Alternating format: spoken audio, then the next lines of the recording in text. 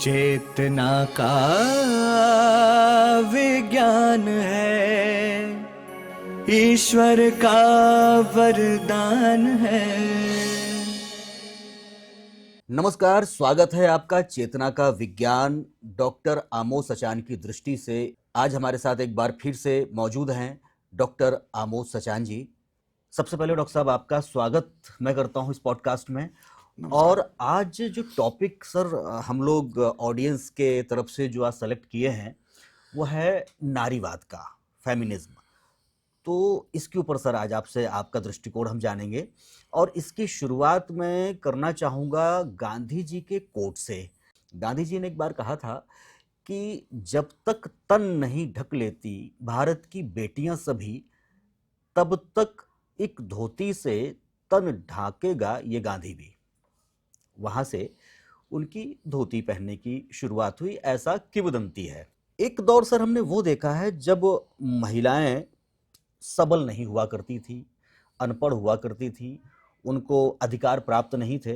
बाबा साहब के बाद तो उनको वोट का अधिकार प्राप्त हुआ, लेकिन जब उनको अधिकार प्राप्त हुए, जो आज का जो आज माहौल देख रहे हैं महिलाओं का, तो कहीं कहीं पर इतना प्रभावपूर्ण माहौल समझ में आता है कि हमारे सामने जो युवा लड़कियां बैठी हुई हैं, अभी बड़े मासूम से चेहरे लग रहे हैं। हो सकता है कि घर में इनकी स्थितियां ऐसी ना होती हों, कुछ तो जेन्युइनली होती होंगी, लेकिन कुछ घर में जिनकी शादियां हो चुकी हैं वो अपनी सासों के साथ, जिनकी शादियां नहीं हुई हैं वो अपनी माँ या पिताजी या भाई के साथ में कुछ ना कुछ उठापटक जरूर करती होंगी। वो इस बात को समझ गई हैं कि हम कमजोर नहीं हैं। क्यों?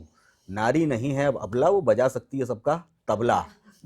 आजकल कुछ इस तरीके का माहौल देखने को मिल रहा है। तो हम सर जो एक नारीवाद की बात कर रहे हैं, बैलेंसिंग की कहां पर कमी आई है और महिलाओं को जो अधिकार दिए गए हैं, क्या उन्होंने उसको सदुपयोग किया है उन अधिकारों का, या वो दुरुपयोग कर रही हैं उन अधिकारों का, और इससे आने वाला जो भविष्य है वो क्या होने वाला है? सबसे पहले मैं इसमें जो सबसे प्रमुख बात है बताना चाहूँगा कि इस संसार की संरचना कैसी हुई। इस संसार को आगे प्रगति करने के लिए स्त्री और पुरुष का निर्माण किया गया कि जिससे कि संसार आगे चल सके। और दोनों की जो शारीरिक और मानसिक संरचना है वो एंटायरली डिफरेंट है। स्त्रियां भाव प्रधान होती हैं, पुरुष तार्किक होते हैं। स्त्रियों के हार्मोन्स का उनके प्रभाव पर्सनालिटी पर प्रभाव होता है। पुरुषों के हार्मोन्स अलग होते हैं जिनका उनके ऊपर प्रभाव होता है। स्त्रियों का काम अपने पूरे परिवार को एक साथ संभाल के रखना, घर परिवार का भरण पोषण करना, उनको सब पूरा अच्छे से देखभाल करना। पुरुषों का काम बाहर के जगत से सामंजस्य बैठाना, रोजगार करना, घर के जीविकोपार्जन के लिए व्यवस्था करना। ये दोनों अलग अलग तरीके से निर्मित हैं और दोनों एक दूसरे के कॉम्पिटिटर नहीं हैं, एक दूसरे के पूरक हैं। तो जब इकलौते वे में देखा जाता है तो ये इस तरीके की दिक्कतें पैदा होती हैं। अगर संपूर्ण रूप से देखा जाए तो इस तरीके की कोई दिक्कत नहीं है। और जो लोग ऐसे थे जिन्होंने गृहस्थ आश्रम को बहुत अच्छे से जिया, जैसे आचार्य श्री राम शर्मा थे, उनकी पत्नी उनके साथ रहती थी। रामकृष्ण परमहंस थे, उनकी पत्नी उनके साथ रहती थी। देवी तुल्य थे। ये पूरे आश्रम का, सारे बच्चों का, सबका ख्याल करते थे, कोई द्वंद्व नहीं था। और इस द्वंद्व के भाव से ये स्थिति इस विकट स्थिति पहुंची है। दोनों एक दूसरे का कॉम्पिटिटर महसूस कर रहे हैं इस समय। और जो कॉम्पिटिटर महसूस कर रहे हैं तो एक दूसरे से आगे निकलने की चाहत हो रही है कि हम उससे आगे निकल जाएं। स्त्रियों को जो मिला है पावर, जो एक्स्ट्रा पावर मिली हुई है, वो पुरुष के पास नहीं है। वो अपने जैसी संतान पैदा कर सकते हैं, इस संसार को आगे बढ़ा सकते हैं, पुरुष नहीं कर सकते हैं। तो वो पुरुषों से बहुत ऊपर है।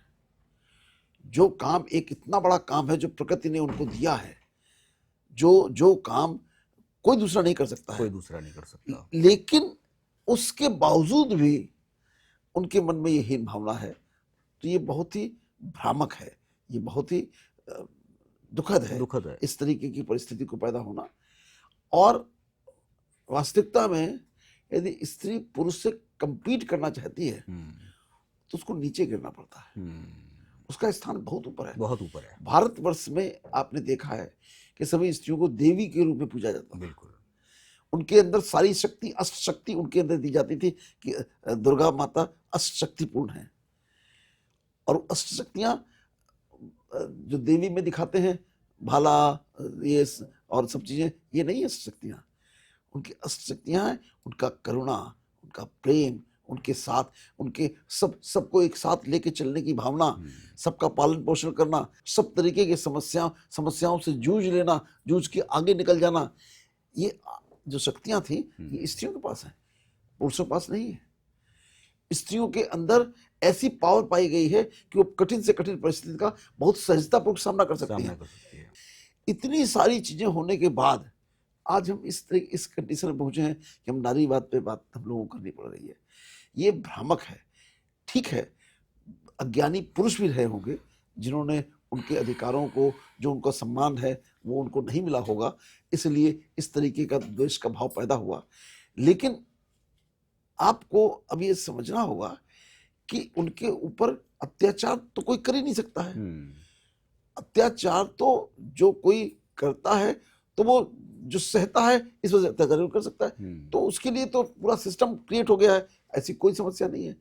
लेकिन उनको पुरुषों से उस तरीके के कॉम्पीट करके जो फेमिनिज्म आज की तारीख में चला रहा है, ये मिसनॉमर है, ये बहुत दुखद है।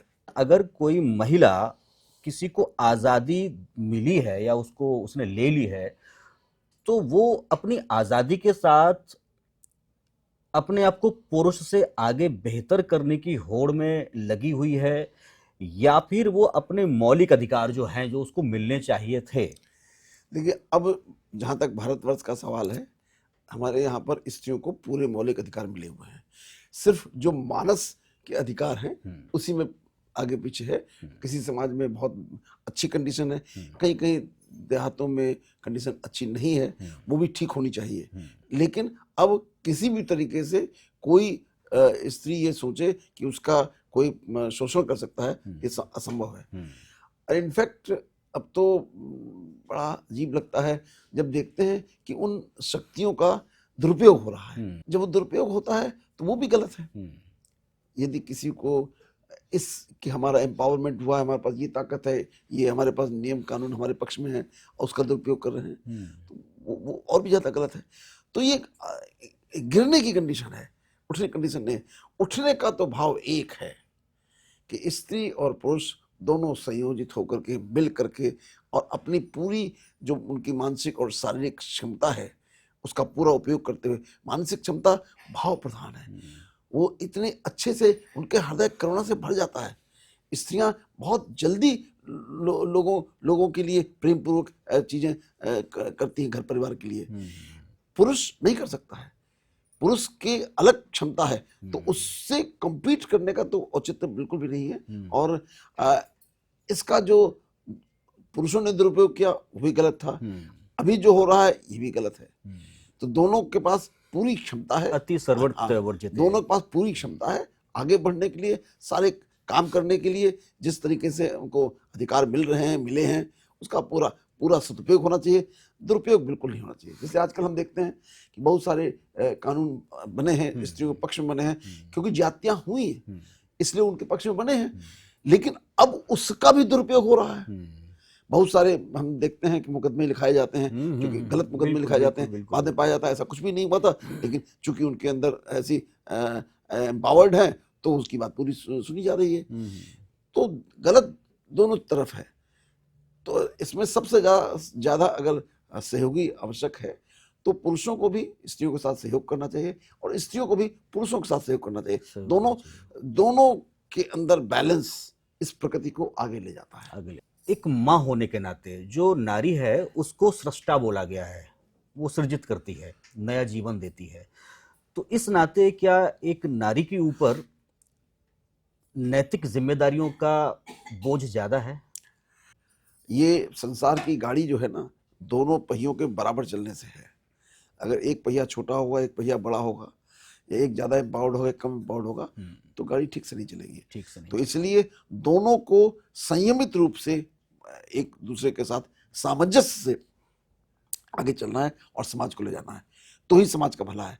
क्योंकि जितनी चीजें हम लोग डिस्कस कर रहे हैं, आप अखबार पढ़ लीजिए, टीवी देख लीजिए, बिल्कुल, सब जगह बिल्कुल, वही भरा हुआ है 24 घंटे। मतलब ऐसा लगता ही नहीं है कि हम एक सुसंस्कृत सामाजिक प्राणी की तरह रह रहे हैं। बिल्कुल बिल्कुल बिल्कुल। हमको ऐसा लगता है जैसे हम जंगल में रह रहे हैं। बिल्कुल। जिस तरीके का वहां पर द्वेषपूर्ण टेलीविजन में समाचार और बाकी जो प्रोग्राम दिखाए जाते हैं, देखने लायक नहीं है। और वो हमको समाज को दिशा दे रहे हैं। चाहे आप सारे सीरियल देख लीजिए, सास बहू वाले जो सीरियल आते हैं, वो आधा चैनल वो चलता है, आधा न्यूज रीडर्स वाला चलता है। न्यूज वाले में लड़ाई झगड़ा 24 घंटे, और वहां पर भी लड़ाई झगड़ा 24 घंटे। तो ये जो इनपुट आ रहे हैं हमारे पास, वो इनपुट इतने विकृत है, उसी विकृत के कारण ये दशा समाज की है। एक परिवार इतना बढ़िया एंटिटी है कि अगर सब खुशहाल हो तो आप सोचिए कितना आनंद है, बजाय इसके कि एक दूसरे को टीज कर रहे हैं, एक दूसरे को परेशान कर रहे हैं, एक दूसरे को नीचे गिरा रहे हैं, दोषारोपण कर रहे हैं, दोषारोपण कर रहे हैं। तो लेकिन ये कुछ न कुछ अपने अंदर धारण करना पड़ेगा। और जब दोनों धारण करेंगे, पति पत्नी, बेटा बेटी और घर के रिश्तेदार जब धारण करेंगे, तो ही सुखी रह सकते हैं। सर, ऑडियंस के भी कुछ सवाल ले लेते हैं। ये मैडम कुछ पूछना चाह रही हैं, जी बताएं आप। मेरा नाम नेहा गुप्ता है। मेरा सवाल ये है कि नारीवाद में शिक्षा का क्या महत्व है? मेरे ख्याल से सर पूछना चाह रही हैं कि नारीवाद जो आजकल फेमिनिज्म है, उसको एजुकेशन से कैसे बेहतर बनाया जा सकता है। देखिए, नारीवाद को समझने के लिए हमको ये समझना होगा कि क्या नारी को चाहिए, क्या होना चाहिए उसके साथ, वो नारीवाद सही है। ये जो फेमिनिज्म है, इसको जो कंपटीशन हो रहा है पुरुषों के साथ, ये बिल्कुल अनुचित है, घोर अनुचित है। नारी के अंदर नारी के गुण विकसित होने चाहिए, और ये नारी के गुण विकसित हो सकते हैं एजुकेशन से, उसके संस्कारों से, उसको सही शिक्षा दी जाए तो उसके अंदर विकसित हो सकते हैं। लेकिन फेमिनिज्म की जो अवधारणा समाज में चल रही है, वो बिल्कुल अनुचित है। हम किसी पे हमें आरोपित नहीं करना है, हमें अपने गुण धारण करने हैं, पुरुषों को अपने गुण धारण करने हैं, और दोनों को एक दूसरे के कॉम्प्लीमेंट्री रहना है, एक दूसरे का पूरक बन के रहना है, तो समाज आगे बढ़ेगा। अगर कोई भी अलग अलग भागेगा तो समाज आगे नहीं बढ़ेगा। तो इसलिए हमको अपने गुण धारण करने हैं, जो स्त्रीउचित हमारे गुण हैं, उनको संपूर्ण रूप से विकसित करना है। मैडम कुछ सर एक सवाल पूछना चाह रही हैं। मेरा क्वेश्चन आपसे ये है कि वास्तव में वुमेन एम्पावरमेंट है क्या? देखिए, विमेन एम्पावरमेंट दो तरीके से है। एक तो घर के स्तर पर, और दूसरा समाज और व्यवसायिक स्तर पर। घर के स्तर पर जो उसका रोल डिफाइंड है, जो प्रकृति ने बनाया है, किसी आदमी ने नहीं बनाया है, उसको पूरी सहजता, कर्मठता और कोमलता के साथ, जो स्त्रीउचित गुण हैं, करुणा, दया, उसके साथ उसका बैलेंस करना, ये वो विमेन एम्पावरमेंट है। और समाज में यही भाव जब हम रखते हैं, तो अपने जो सहयोगी साथी जिनके साथ काम करते हैं, तो हम अपलिफ्ट होते हैं। जब हम बाहर भी काम करते हैं, तो हम अकेले नहीं काम कर सकते हैं, हमको सबका सहयोग चाहिए। जब सबका सहयोग चाहिए, तो उसके लिए हमें सबके साथ न्यायोचित व्यवहार करना पड़ेगा, मानवीय गुणों को धारण करना पड़ेगा। तो वही दोनों चीजें लागू होती हैं, और इसका विकास घर पे ही शुरू होता है। और विकास में सबसे पहले अपने बच्चों को ही शिक्षा मिलनी चाहिए कि वो कैसे व्यवहार करें, घर के अंदर कैसे व्यवहार करें, बाहर जाएं तो कैसे व्यवहार करें। उनको ये सिखाया जाना चाहिए कि हाँ, स्त्रियों का सम्मान किया जाता है। अगर तुम्हारे कोई साथ में लड़की पढ़ती है, कोई साथ में काम करती है, उसका सम्मान करना तुम्हारा धर्म है। ऐसी लड़कियों को बताना चाहिए कि तुमको भी इनके साथ ऐसा ही सद्व्यवहार करना चाहिए, और अपने अपने गुणों को धारण करना चाहिए। जब हम अपने गुणों को धारण करेंगे, जो करुणा और प्रेम के गुण हैं, तो हम सबके साथ अच्छा व्यवहार करेंगे, तो हमारा एम्पावरमेंट होगा। और अगर हम खाली अकेले फेमिनिज्म लेके चलेंगे, तो एम्पावरमेंट नहीं, डिटोरेशन होगा। डॉक्टर साहब, आज इतने इम्पोर्टेंट मुद्दे पर हम सभी से, हमारी ऑडियंस से बात करने के लिए आपका बहुत बहुत धन्यवाद। अगले एपिसोड में हम आपके साथ फिर से आपका एक दृष्टिकोण जानेंगे, और तब तक के लिए नमस्कार सर। नमस्कार।